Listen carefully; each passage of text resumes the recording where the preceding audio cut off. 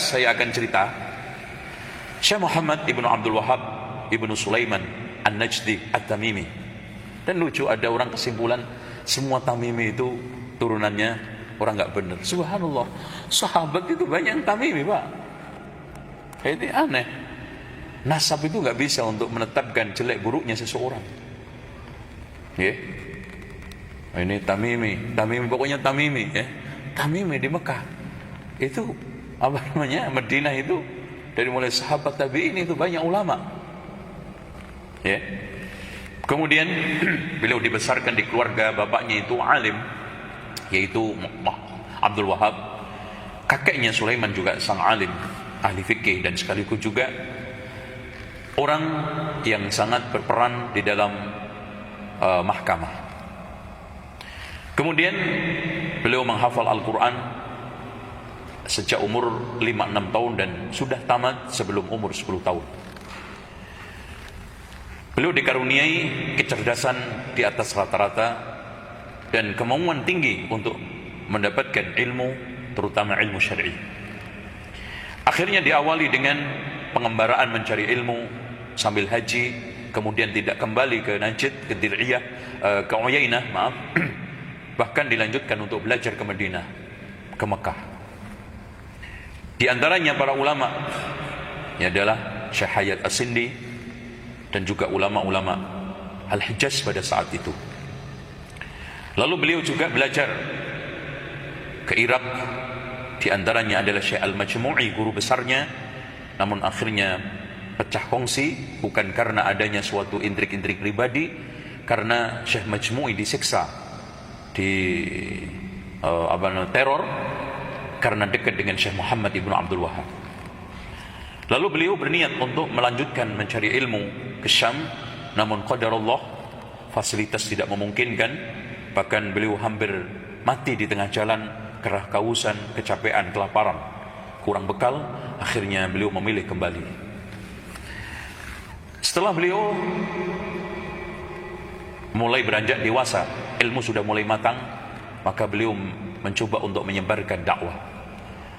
Namun ketika orang tuanya meninggal, masih hidup, ya, maka beliau masih banyak menjaga cara dan tidak vulgar dakwahnya di dalam menyampaikan dakwah ala kitab wa sunnah. Setelah bapaknya wafat, maka beliau mencoba mulai berdakwah terang-terangan, berdakwah seperti yang diinginkan oleh Allah dan Rasulnya. Lalu pertama kali beliau ke daerah Uyainah, namun tidak diterima oleh Amir. Kongsinya akhirnya pecah karena dia lebih memilih dunia daripada agama. Takut ancaman kelompok-kelompok Amir Badui yang kalau terus kongsi ini dilanjutkan dan kegiatan Syekh Muhammad bin Abdul Wahab amar ma'ruf seperti ini, maka kita tidak akan menyetorkan upeti kepada Anda.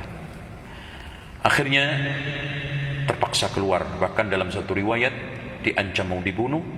Bahkan di tengah jalan sebetulnya sudah dikawal oleh Al-Gojo, tapi Allah menyelamatkan. Dan dalam keadaan panas, kurang lebih hampir 50 derajat Celcius, hanya membawa kipas alami, berjalan dengan jalan kaki. Coba bayangkan, antum lihat Uyainah dengan Dir'iyah, sambil membaca wa may yattaqillaha yaj'al lahu makhraja wa yarzuqhu min haitsu la yahtasib. Dia terus ulang-ulang direnungkan untuk meneguhkan batinnya yang sedang guncang dan gundah, dan itu manusiawi. Akhirnya di sana tujuannya untuk menemui salah satu muridnya dan satu-satunya di daerah Dir'iyah, yaitu dari kabilah As-Suwailim. Setelah dia datang ke sana, antara bingung dan senang, antara takut dan gembira. Takut kedatangan Syekh Muhammad ini bisa mencelakakan kanan kirinya dan bisa saja nanti dia terusir sama keluarganya. Senang karena sang guru datang. Akhirnya kedatangan beliau didengar oleh salah satu istri Muhammad ibnu Saud, Amir Dir'iyah pada saat itu.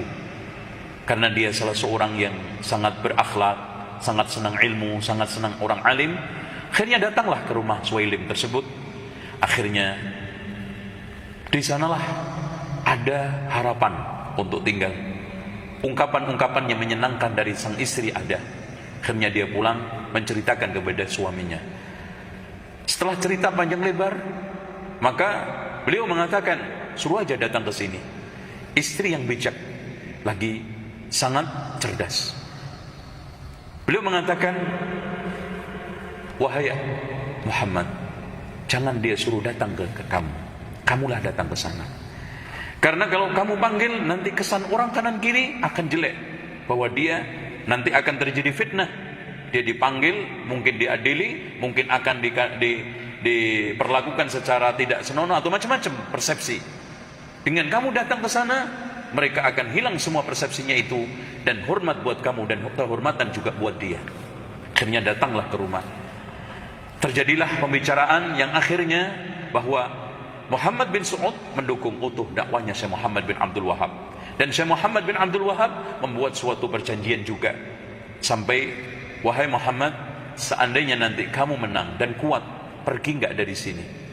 Akhirnya membuat suatu perjanjian, sampai kapanpun kongsi ini tidak akan pecah. Ya, akhirnya dia mendoakan. Ya, setelah Amir Muhammad bin Saud mengatakan, tenanglah, kamu akan bebas menyampaikan dakwah di sini dan menyampaikan Islam di sini. Dibalaslah oleh Syekh Muhammad bin Abdul Wahab, insya Allah kemenangan dan juga kekuatan kekuasaan kamu akan diwujudkan oleh Allah dengan dakwah ini. Mulailah kongsi itu berkembang sampai akhirnya terdengar seantero dunia pengaruh dakwah Syekh Muhammad di Mekah Madinah sudah mulai mengokoh mengakar. Dan pada saat itu sudah mulai musuh-musuh dakwah menggulirkan fitnah. Digulirkanlah isu Wahabi. Sebetulnya Wahabi itu ada dua macam. Alias isu Wahabi itu ada warisan historis, yang kedua adalah warisan imperialis. Warisan historis tidak lain, dia adalah Abdul Wahab bin Abdurrahman bin Rustum al-Ibadi al-Khariji, salah satu sempalan Khawarij yang hidup pada abad kedua Hijriah, yang dia ini wafat pada tahun 196 Hijriah, yang besarnya kekuasaannya di daerah Aljazair dan sempat menjadi penguasa yang kuat di sana. Kemudian akhirnya hilang.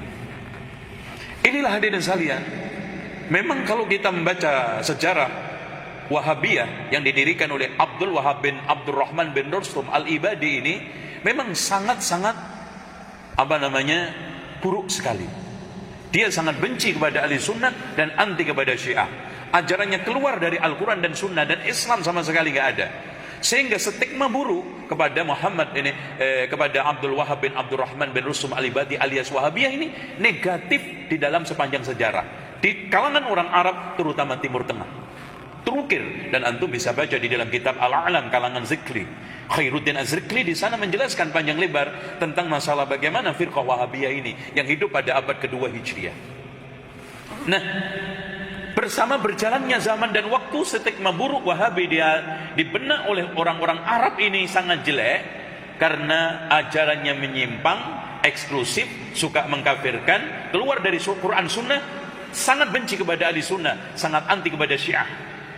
Maka pada saat muncul dakwahnya Syekh Muhammad bin Abdul Wahab, baju dan keburukan Wahabi lama langsung dikenakan otomatik kepada dakwahnya Syekh Muhammad bin Abdul Wahab, sehingga stigma keburukan, kesesatan, penyimpangan otomatik beralih kepada Syekh Muhammad bin Abdul Wahab, dan paham awam yang tidak membaca sejarah langsung dibawa ke sana, seakan-akan Muhammad bin Abdul Wahab ini adalah minimal penerus Wahabi lama. Kalau tidak, memang inilah Wahabi, bukan yang ono.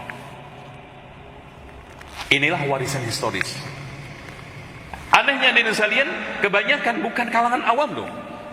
Kalangan tokoh mereka tidak berusaha untuk mengorek, berusaha untuk mencari apakah benar Syekh Muhammad bin Abdul Wahab ini pendiri Wahabiyah. Kalau kita lihat dari dalam biografi beliau yang dibikin oleh siapapun, entah itu muridnya, keluarganya, anaknya, cucunya, nggak pernah ada sebutan Wahabi, menyebut dirinya Wahabi atau saya Wahabi. Kitab-kitabnya juga kita tidak temukan satu kalimat pun bahwa ana Wahabi, organisasi saya Wahabi, nggak ada. Ada apa?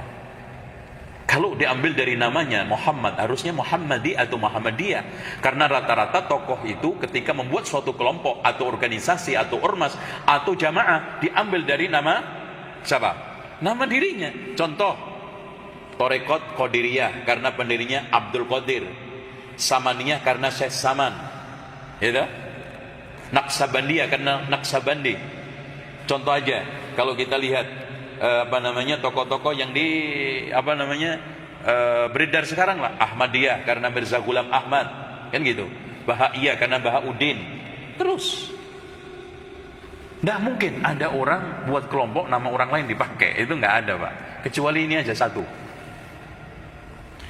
Kalau seandainya nama bapaknya itu nggak tahu menahu tentang keadaan yang mereka tuduhkan itu, ya. Kalau diambil dari kalimat nama Allah Al-Wahhab, loh, siapa sekarang yang merasa jelek mendapatkan titel dari Allah Al-Wahhabi, yaitu Al-Wahhab, zat yang maha memberi karunia kebaikan, yaitu kebaikan tauhid.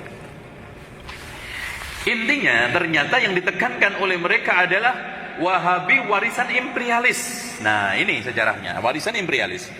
Hadirin sekalian, setelah abad 15 Hijriah, Masehi, ya, Spanyol sudah mulai runtuh dan redup.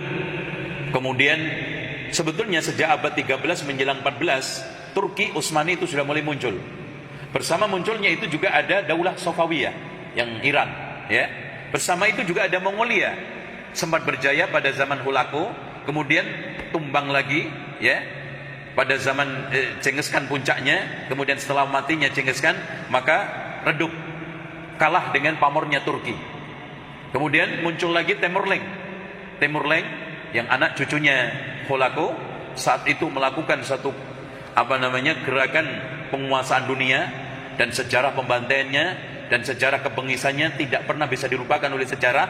Bahkan Lothrop Sodrak mengatakan tidak ada orang yang di dalam hidupnya kenal kecuali dua: satu, taklid membabi buta kepada pemimpin, sama senang membunuh orang, kecuali satu manusia, yaitu Mongol, ya. Itu Mongol, ya, Tartar, ya. Sejarahnya insya Allah nanti juga kita akan sampaikan. Nah, hadirin sekalian, pada saat itulah mulai penjajah masuk ke seluruh dunia. Diawali dengan Portugis masuk ke Indonesia, kan abad 15. Ada Tom Perez, salah seorang apoteker yang kemudian menjadi tokoh sejarah, penulis sejarah di Indonesia dari mulai tahun 1512 sampai 1515, dan bukunya terkenal dengan Soma Oriental. Kemudian setelah itu mereka datang Spanyol, kemudian setelah itu Inggris. Namun setelah datangnya Belanda, Portugis, Spanyol, Inggris terusir. Resmi tahun 1602 Hijriah Masehi, VOC berdiri dan menancapkan kukunya di Indonesia, ya, sampai akhirnya abad ke-19. Sehingga Indonesia itu dijajah hampir 500 tahun. Ini kalau kita lihat secara penjajahan paling lama di dunia, Indonesia. Alasannya simpel, penjajahnya istiqomah, yang dijajah ikhlas. Itu aja. Nggak ada kalau kita lihat secara penjajahan paling lama kecuali Indonesia. Nah, ini ternyata bukan di Indonesia saja. Di India, akhirnya Inggris kuat di sana. Italia kuat di Libya. Prancis kuat di Spanyol, ini mana? Aljazair. Termasuk Belanda di Indonesia. Tuh. Di dalam Islam yang pertama kali menggulirkan Wahabi adalah Ibrahim Pasha, ya. Muhammad Ali Pasha setelah melihat pergerakan dakwanya Syekh Muhammad bin Abdul Wahab, ketakutan, ya, paranoid kekuasaan. Karena gini, Pak, di dalam sepanjang sejarah, pemimpin mana saja yang mau terkenal harus bisa memegang Mekah Madinah. Pemimpin mana saja yang sudah tidak bisa memegang Mekah Madinah dijamin jatuh. Itulah kenapa Mekah Madinah dalam sepanjang sejarah selalu menjadi ajang arena perpolitikan pemimpin dari masa ke masa. Makanya ketika saat Syekh Muhammad bin Abdul Wahab dakwahnya menguasai Mekah Madinah, Turki Utsmani ketakutan. Dan tolong diperhatikan, saat-saat akhir menjelang keruntuhannya ini apa namanya, Turki Utsmani ini sudah tidak berasaskan Alkitab dan Sunnah, bahkan Sufiyah, ya, bahkan anti terhadap dakwah kita, dakwah Al-Quran dan Sunnah, ya. Alhasil, pemimpin pucuk Turki menugaskan Muhammad Ali Pasha untuk memberesin Saudi. Menurut sebagian analisa ahli sejarah, Turki Utsmani memiliki dua keinginan, dua target, sambil menyelam minum air. Karena Muhammad Ali Pasha ini dikhawatirkan akan menjadi pesaing pusat, sehingga untuk dilemahkan disuruh perang. Sehingga dari sini Turki pusat akan memukul Muhammad Ali Pasha tanpa berasa dan tanpa bayaran. Dengan dia perang, kemungkinan kalah, dia akan memberesin Muhammad Ali Pasha sekaligus, dan Turki Utsmani tidak memiliki pesaing. Tapi ternyata gambaran Turki pusat salah. Ternyata Muhammad Ali Pasha mendapatkan suatu perlawanan yang seimbang, kadang dia menang, kadang Saudi kalah. Ya. Terus puncaknya Ibrahim Pasha. Di sanalah terkuras energi habis yang pada akhirnya kalah. Diceritakan di dalam kitab sejarah, ya, Tarikh Najd, ya. Antum kalau mau baca, kalau ingin tahu sejarahnya bagaimana pergulakan dakwah Syekh Muhammad bin Abdul Wahab dari mulai awal sampai akhir dengan Turki dan lawan-lawannya, antum baca Tarikh Najd karangan Ibnu Bishr, ya. Nah, akhirnya dari sekalian sempat hilang, sempat hangus dinasti Saudi. Kemudian bangkit lagi, kemudian dirampas lagi oleh Ibnu Rushd, bangkit lagi sampai sekarang. Dengan demikian, dinasti Saudi itu mengalami muncul tenggelam 3 kali. Akhirnya muncul kembali terakhir pada tahun 1902 sampai sekarang, yang didirikan oleh siapa? Abdul Aziz. Nah, kemudian dekade kedua Fahad, kemudian Abdullah, kemudian sekarang Salman.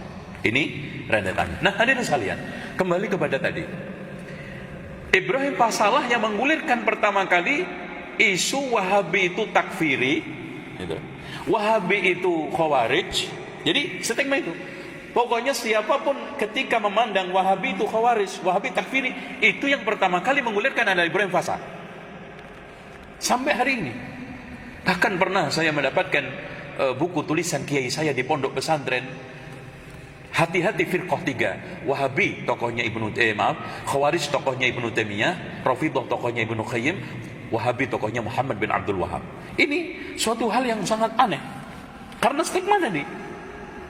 Sejak itulah di benak orang awam, terutama di kalangan darwis dan pengikutnya, terutama di kalangan orang-orang pembela tradisi yang takut singgasananya hilang, kerjasama dengan Belanda, yang takut juga jajahannya hilang, imperialismenya kok ini lepas, menggulirkan stigma Wahabi yang isinya suka mengkafirkan, suka membid'ahkan, akidahnya khawarij, dan kalau mereka menjelaskan tentang ini Wahabi, pasti menggunakan hadis-hadis khawarij.